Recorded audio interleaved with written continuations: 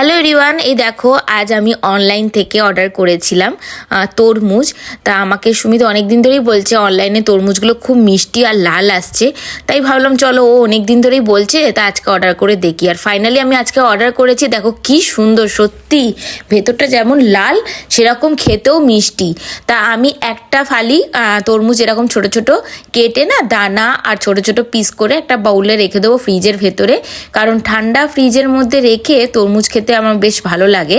আর অর্ধেকটা রেখে দেবো, অন্য দিন খাবো। একদিনে তো এত বড় তরমুজ দুজনে খেতে পারবো না, তাই হাফ হাফ করে।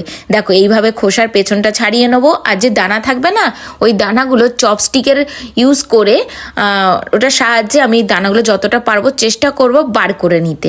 এই দেখো এক বাটি হয়ে গেছে, তাও আমার অর্ধেক বেঁচে গেছে। তাই এগুলো রেখে দিলে তো নষ্ট হয়ে যাবে, তাই ভাবলাম না কেটেই নিই, একটু বেশি করেই কেটে নিই। সুমিতেরও ভালো লাগে তরমুজ খেতে, আমারও ভালো লাগে, কিন্তু অতটা না। কিন্তু এটা এতটা মিষ্টি, আমি একটা কাটার সময় মুখে নিয়ে দেখলাম, তা আমার মন বললো না, আমিও ব্রেকফাস্টে আর ডিনারের সময় আমি তরমুজ খাবো। তবে জানো, বছরে এই প্রথমবার এলো আমাদের ঘরে তরমুজ।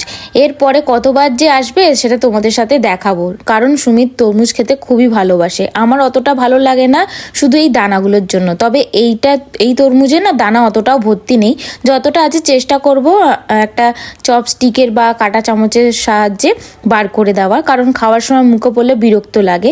আর আমি বড় বড় স্কিউব টাইপের কাটছি, কারণ সুমিত তো বড় বড় সাইজের খেতে ভালোবাসে, আর আমি এখান থেকে ছোট ছোট পিস করে নিয়ে আমি আমার মতন এক বাটি নিয়ে খাবো।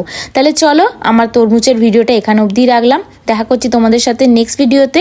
তোমরা বছরের প্রথম তরমুজ খেয়েছো কিনা আমাকে কমেন্টে জানিও। চলো টাটা, ভালো থেকো সবাই।